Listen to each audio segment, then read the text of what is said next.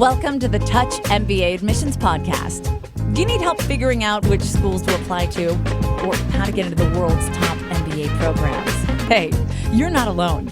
Join thousands of others on this podcast and on our site, touchmba.com, as they seek the admissions edge. And now, here's your host, Darren Zhao. Hey guys, welcome to the show and glad to have you with us. This show is for you, MBA applicant. We want to help you figure out which schools fit you best, and we want to give you great tips on how to get into your target school. So we do in-depth interviews with admissions directors from top business schools all around the world. And we also talk with admissions experts and students and alumni that have been through top programs. So be sure to check out our show every week on your favorite podcasting platform or, of course, on our site, touchmba.com. This week, I spoke with Dr. Longkhai Zhao from Peking University's Guanghua School of Management. Did you know that China's economy is poised to be larger than the U.S. economy in 2016? I can't believe how quickly China has overtaken the U.S. economy in terms of size of the economy. It's been amazing. For those of you who are forward-thinking and want to build up your network and knowledge in this fast-changing part of the world, you have to consider Peking University's Guanghua School of Management. In our conversation, Dr. Zhao and I talk about why he thinks that the Guanghua School is the best business school to know and understand China. We also talk about why you might want to consider Beijing over Shanghai to get your MBA, and of course the development of the MBA degree in China and how the school is changing and how employers' view of MBA is changing.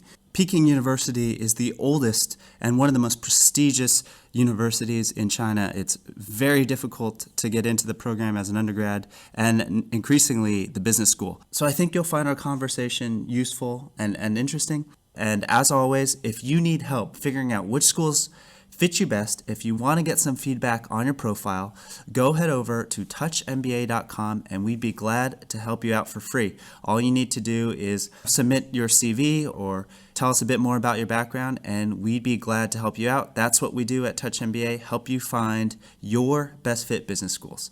All right, let's get straight to the episode. We haven't had many Chinese MBA programs on the show, and I think this is obviously going to be a very important region of the world and, more importantly, a really exciting place to study business. So I'm really excited to introduce our next guest, Dr. Longkhai Zhao, who's the Assistant Dean, Associate Professor of Finance, and the Executive Director for the MBA Program at Guanghua School of Management, which is at Peking University, the oldest university in China. Dr. Zhao has a very international background in terms of his education. He got his bachelor's from Tsinghua University in China, and then he got his master's in management from National University of Singapore, and finally his PhD in finance from the University of British Columbia. So he's experienced all different types of business schools around the world, and international finance and behavioral finance are his current research areas, and he's been a professor for nearly 10 years at the Guanghua School of Management. Dr. Zhao, thank you for your time, and I can't wait to learn more about your MBA program. Welcome to the Touch MBA podcast. Yeah, thank you. Thank you for having me here. I like to jump and get straight to the point. And so my first question is, what makes the Guanghua MBA at Peking University unique from other top MBA programs in Asia and in China? That's really a good question. Actually, we consider that the only type of business school in China right now for Guanghua, because first, this is a very international business school. 70% of our faculties have overseas PhDs. And another thing very important is those faculties with good training in, basically very good top universities having the PhDs are doing intensive research in China. So they have probably the best knowledge of business ideas, research results about the current China's economy. This provides us with the unique knowledge so we can teach to our students about the current China and the future trend of China. So that's something very unique. And also this is in one of the oldest university in China. And another important thing is very special status of the university in China. Every critical moment of Chinese history, you will find Peking University is playing some kind of important role there. And China's economic reform has been going on for more than 30 years. Every important stage, you will find the Guanghua, or basically our graduates, playing very important roles in China's economic reform. So this puts us in a very unique position in overall China's economy right now. One thing that I found really interesting is that the Guanghua MBA, you guys say, is underpinned by the integration of humanities and business management teaching. So could you just expand on what you mean by that to our listeners? Peking University is best known for philosophy, history, and social science departments. So Guanghua, as part of Peking University, inherited this tradition. So we think we are going to have the future leader of China. And to have the future leader, we don't think management skills is enough. To be a leader, they have too much solid trainings or understanding of this country, of the people, and of the world.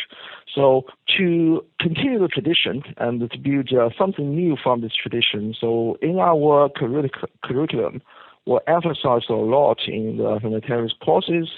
For example, we have some unique courses so we can offer learning management from the history, doing business in China, and also we are developing new courses from those perspectives. And that's related to my next question, which is, how has the Guanghua School changed and the MBA program changed over the past few years? And what do you see as the future of the MBA degree in the short term? MBA program used to be considered as part of a master's program, at least from the Ministry of Education perspective.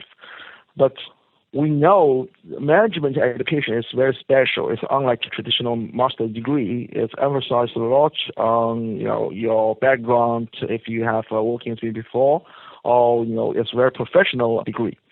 So a few years ago, we changed the application procedure. It used to be the case students enter exams first, and then go through interviews to decide whether they can be MBA or not. At least 4 years ago, we changed that. We basically changed it to a rather standard MBA admission process. Students applied, and we do interviews, or we invite people to talk with us. Then we give offers. So this changed a lot about our candidates. We have much stronger pool for candidates. A lot of people who are currently working realize they can do MBAs. They don't have to stop working and prepare for exams. They can really get MBA education, and they can find the right MBA program for their future career development. So this provides a good opportunity for MBA education in China. As for Guanghua, we are the first group of business schools to get permission to try this process. And in the past few years, we have been receiving really good results. And given good candidates, we also restructure our courses.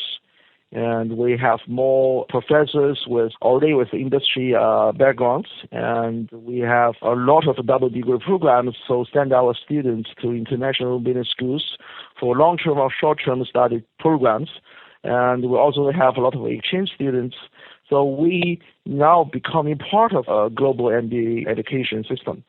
This is a big change. That means because China is going to face the global competition, and our MBA education must be prepared for that. Thank you for those insights. And so I would like to examine that same issue from the other side. So say some of our listeners, they really want to learn about Chinese culture and business in China. They perhaps want to pursue careers in China, and they're considering a school like Guanghua. But as you mentioned, the MBA degree is just stepping up to that level of, like you say, similar to the other international MBAs. How are MBAs viewed in China, in the marketplace? Is it valued by multinational and Chinese companies in China? The answer is definitely yes. It's getting more and more important. People really think this as a good signal of their managerial skills.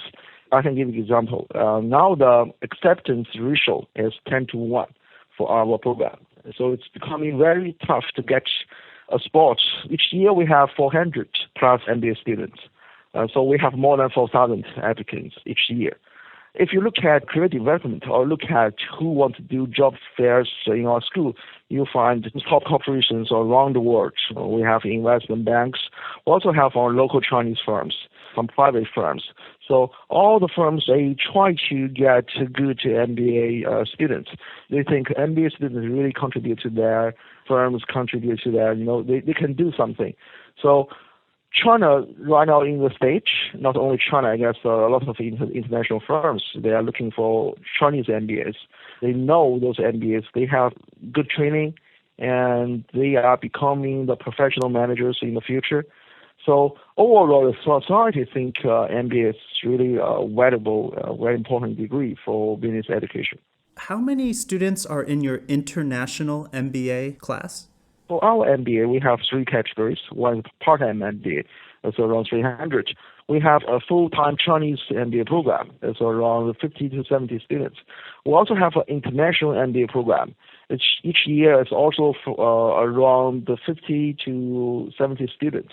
Among those international MBA program, which is a pure English program, each year we have around 40 international students. How would you describe the student MBA culture at Guanghua? You've studied at a lot of top universities around the world. What is that student culture like for someone who may not have the chance to step foot onto that beautiful Peking University campus? I studied Chinese at Beida for 6 months, so I've been there. But for someone who hasn't been there, how would you describe the culture? Oh, you have been there. So, it's a beautiful campus. It's a campus with a unique culture. I think you can understand this. It's a very traditional Chinese culture, but at the same time, Guanghua offers a very international perspective. So this is very dynamic culture here. We have like 40 students in our international MBA program, international students. They're from different countries. We have from Europe, from American, from Southeast Asia, from Japan, from Korea, all over the world. We have students from Africa. So the more colorful, the culture into this, at least into our MBA program. And this is a very dynamic program. Guanghua has a lot of other degrees. We have undergraduate students. They are the best of the best from all the world in China. We have a lot of PhDs, masters. We have the executive MBAs. We consider them as, a large group. So they interact with each other a lot of times. So they learn from each other. And so this is culture. It's hard for me, actually. I have been here for 10 years. But each time I can feel something new. But one thing I think is important, is always here, is the leadership, all the responsibility people they think they have for the society, for China. Even today we think for the world future. So this is very deep in everyone in Peking University. So this is something I think is the root of this culture. Is Guanghua School of Management best known for a certain academic discipline like marketing or finance? We have 9 departments. We offer all the important academic areas we cover, but we do have a fairly large finance department, and it's one of the best finance departments in China. So we do have students who want to go to a financial industry. So this we consider, but also we have very strong marketing strategy and I think human resource, organizational behavior. So overall, this is we don't emphasize a certain field. We offer all the opportunities for our students. And even today, we have some different ideas. We are trying to change from certain academic discipline into a whole industry. We focus on industry instead of a certain academic career. Because in China, it's changing so fast. Even in the Western world, they have no idea of this will be the future industry. It's changing it's growing too fast to catch up with. So we try to introduce our students to such industries, and we have some integrated courses to combine different academic disciplines to study such industry. For example, last year we offer Industry Discover Week. We introduced the 4 new kind of booming industries in China. One is healthcare. And another one is high-end manufacturing. We also introduced a culture industry. Not very large, but it's getting very important in China, and also new finance. So basically look at microfinance perspective. Yeah, and those industry experts that you mentioned, could you, give our listeners a few examples of the types of industry experts that are coming to share their knowledge with Guanghua MBAs? We have different people because we look at the needs of our MBA students. Sometimes we have, like finance, we can have let's say, vice the president of Deutsche Bank, global, number one, number two of the whole global group. Or sometimes we just have the middle level. And for certain industries, we invite entrepreneurs who have a small firm of only 5 or 10 people. For example, we have Baidu, similar to Google. And we have Li Yanhong, basically the founder of Baidu, a speaker. And we can also have a small firm. We have Alibaba actually is also Jack Ma is also an invited speaker, and also I think he's supporting another program in our school. So all kinds of people, of course, all have some very local people. One other question I had about your program itself was the thesis defense, which I believe takes place in the second year of the program. Could you explain, what students have to do for that thesis and thesis defense? Thesis is an important part. We think is even though it's not the same as a PhD thesis. So we encourage our students to write cases. We have this we call it more like a small consulting project. We have one faculty who can lead a team to do a consulting project for a real company.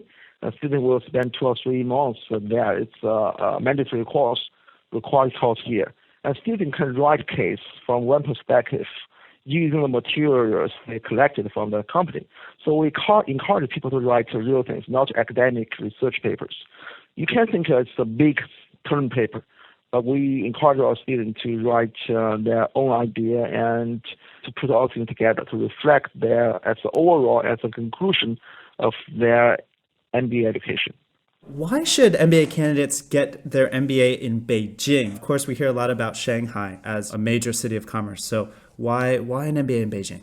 It's an interesting question. I don't want to get into the argument between which is better, Beijing or Shanghai, but that's a good question. Beijing is the center of China. Shanghai is very unique. I love Shanghai.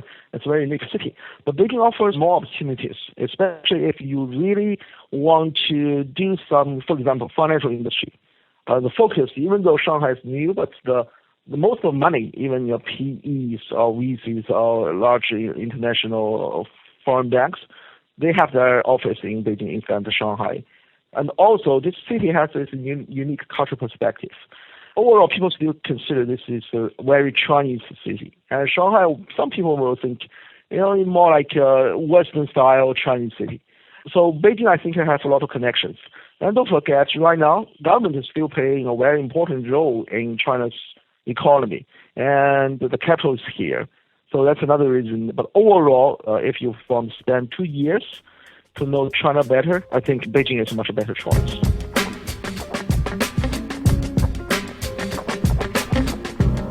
If we could now talk about your admissions process. What are you really looking for from MBA applicants? Your acceptance rate is really low. So who are the types of candidates that stand out? We are looking at students who commit to our idea and try to be the leader, China's future leader. Of course, it has to show strong commitment and the desire to do tough 2-year study in Guanghua. We don't think we have a framework. We try to fit every candidate to see if a potential candidate fits this and will get as our student. We don't do that. So what we do is we encourage different backgrounds. And in the procedure, we invite industry experts, also our own faculty who have a long teaching experience with our MBA students to review applicants' education materials, their personal statement, and check their background. So they give recommendation. And usually they have to go through, at least for part-time students, at least I think 8 people will review their application and give a recommendation. So we basically summarize 8 people's recommendations. And for full-time students, we have more reviewers. We even sometimes invite our alumni to have a talk with our potential candidates to check out their background to see if they will be a contribution to our MBA program, apply to our program. So overall, this is a very dynamic process, and we don't have, say, which type of candidates we don't want. We encourage people, but for international students, I have to say a few more words. For international students, a little bit different. We really need students who want to develop their future career in China or in Greater China area. That's first very important criteria we're looking at. We know we are still in the current stage. We cannot compare to Harvard, and we'll never be Harvard. But we know we are the best business school to know China and to help our students to develop a future career in China. So if international students who want to develop their career with China's growth, who want to connect China with the world, who want to do something in this dynamic process, in this fast-growing process, be part of the important people in this process, I think they should consider us. How important is it for those international students to demonstrate a proficiency with Mandarin Chinese? When they first arrived at Guanghua, some can speak fairly good Chinese, some speak no Chinese at all. So we offer business Chinese courses from different levels. And we also give tutors, help them to learn Chinese. And we give them tough requirements. They have to satisfy certain language levels so we can allow them to graduate. But overall, when the students arrive here, we typically find they want to learn Chinese, and they spend a lot of time to learn Chinese. For example, we have a graduate, recently graduate. She's a lady from America. Before that, I guess she never visited China before. She worked for Dell before, and she speaks no Chinese. But when she graduated, she speaks fairly good Chinese, and she ended up a job in Huawei, one of the top Chinese companies. You mentioned a bit about your application process. So applicants submit their application, and then it sounds like they're shortlisted for interviews, which is what I want to talk to you a little bit more about, especially on the international MBA side. Who conducts those interviews? You mentioned, is it faculty, admissions committee members, alumni of the program? First, we have a reviewing process. So we will find one or two faculty members to read their application. We'll also invite alumni or industry experts who usually, on the recruiting side of a company to read their applications. Then we made a short list. We invite people to do the interview. And in the interview, similarly, we usually have two or three people who conduct the interview. We also have at least one faculty, one alumni, another one probably industry experts. Great. And any things that applicants should be prepared for in that interview? Is it a case study interview, or is it more a walk me through your resume, get to know each other sort of interview? So in the interview process, there will be two types of questions they have. One is the one just to go through the background, to talk, to see, personality or other things. And of course, sometimes they give challenging questions. And so we usually, even though combined as one session, but there were two parts. Yeah. Do you have any last tips you can give our listeners on how they can improve their chances of admissions? One tip I can give is to get contact with our office. We can introduce, if you are interested, we have this ambassador program at Guanghua for international students. For each country, we usually have an ambassador, and the ambassador is happy to have potential candidates to introduce them to the school, the culture, the curriculum, and all the other things you need to know. So before they apply for us, I encourage the potential candidates to talk to our ambassadors to know better about this Guanghua School, and they can make the decision.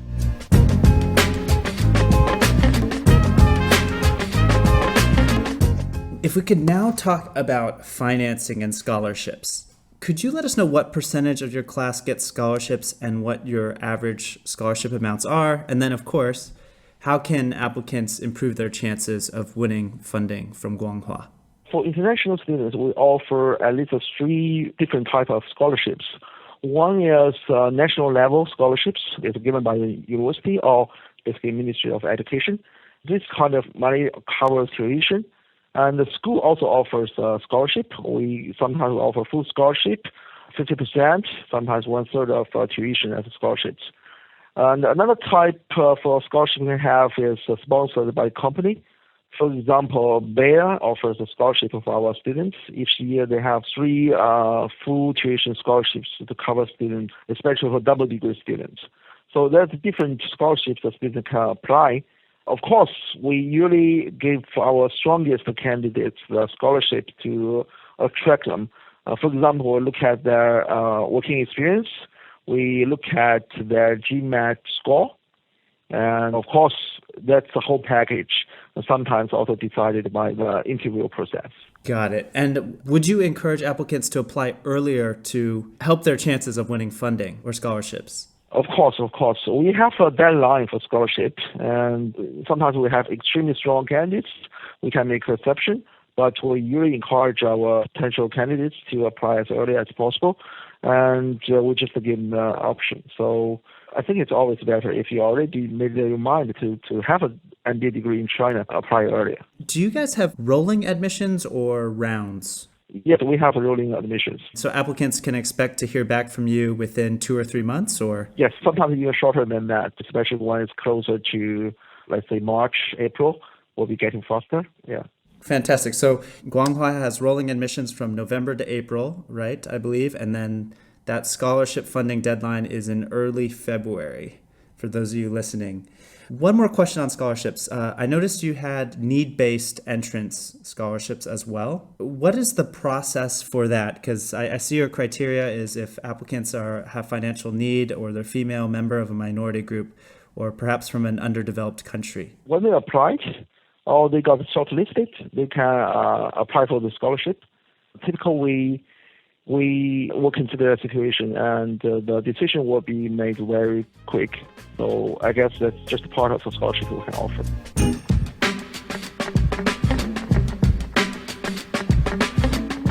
If we can now talk about careers, which is my favorite part of the podcast and the final part. We've talked a bit about Peking University's reputation and Guanghua's reputation, but could you give us an overview of the recruitment process at Guanghua? In general, we have, compared to all the Chinese business schools, we are the first business school to have a career development center. We have a lot of staff working in that center, and they have a very long relationship, good relationship with a lot of the top companies in China, also in the Asian area. For example, a lot of top investment banks, when they do the job fairs, the first stop is usually Guanghua School of Management. So all year round, we have a lot of job events, recruiting events, and for our MBA students, we also design courses. It's called the career development courses. It's becoming mandatory for full-time students, also for international MBA students. And we basically tell them or train them how to, find job, how to develop their future career. There's a different ways to help our students to find a job. Of course, internship is very important. We have a lot of companies. We have students can do internship in those companies, and we have a lot of alumni companies. They invite our students to do short-term consulting projects. There's another way for students to know the company, also for the company to know the students. So we have different opportunities like campus visit, like industry forum, like HR forum, and also we have alumni mentor system.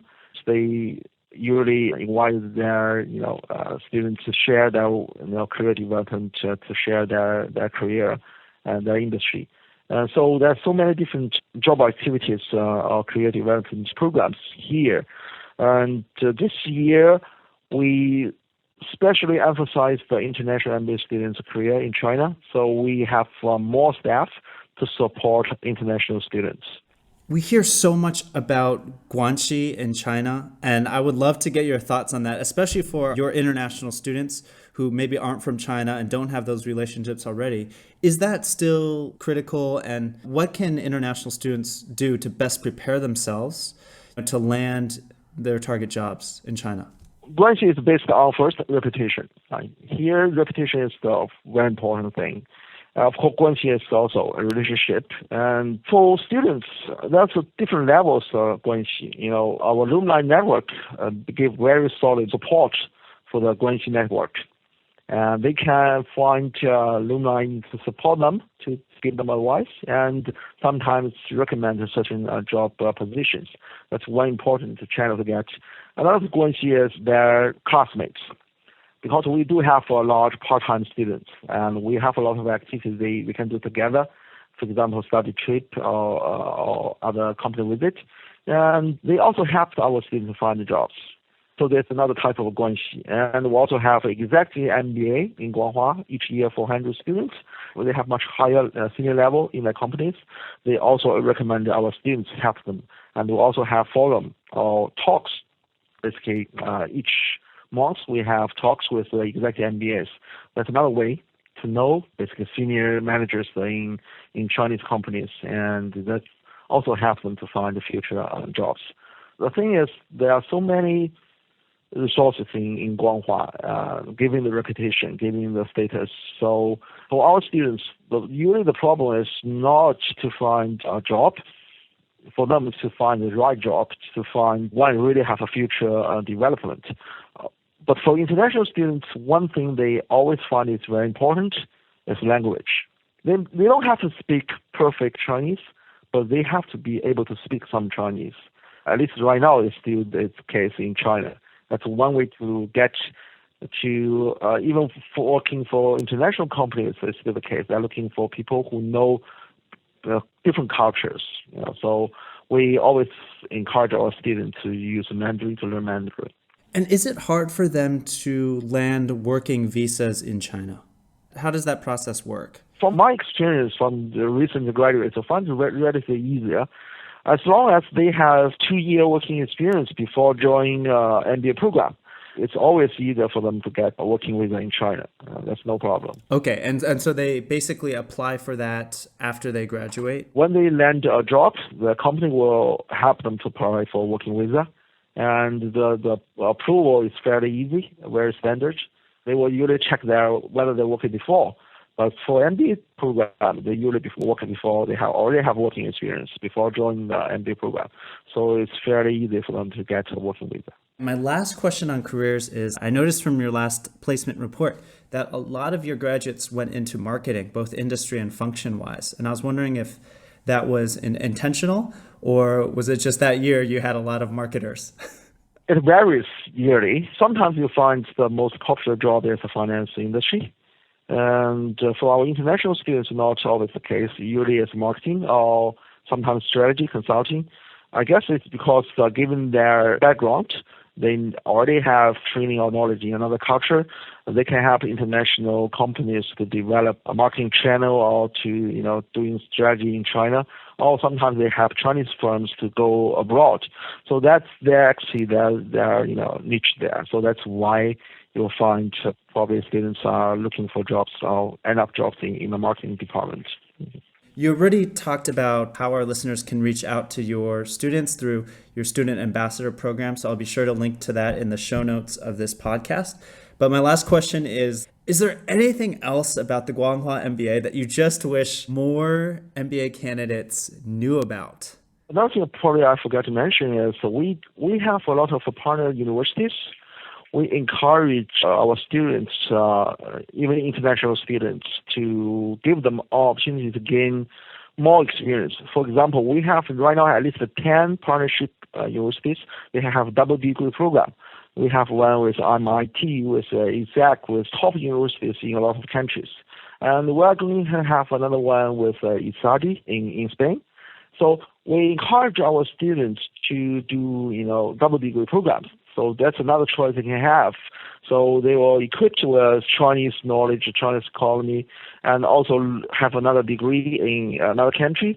So it's much easier for them to, with different backgrounds, more cultural experience, to put them into this global competition, to prepare for global competition. So it's part of a strategy, but also we're proud of. We have really a lot of good partner schools. Would you have any last words for MBA applicants who might be considering China or Asia, or let's just say China? They want to come to China to get their MBAs. What should they be ready for? What do you tell your students at the beginning of each semester? I always say, first, it's very, very exciting. Yeah. This is very unique You don't want to miss it. This is basically the golden stage of China's future growth. And if you really want to be part of a big thing, this is the big thing. You really want to be part of that. And to get to MBA in China with Guanghua, it offers you the best opportunity to be part of a big thing and to be part of history.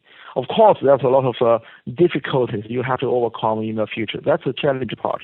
But when you get over that, you'll find it's all worth it. Thank you so much, Dr. Zhao. I really enjoyed our conversation, and it was a pleasure. Thank you. Thank you so much. Thanks for listening to the Touch MBA podcast. Don't be shy. We have a mailing list. Go to touchmba.com and get yourself signed up. And we'll keep you posted with the best tips and insider interviews on how to get into your number one school. You can also find us on Twitter and Facebook at Touch MBA. See you soon.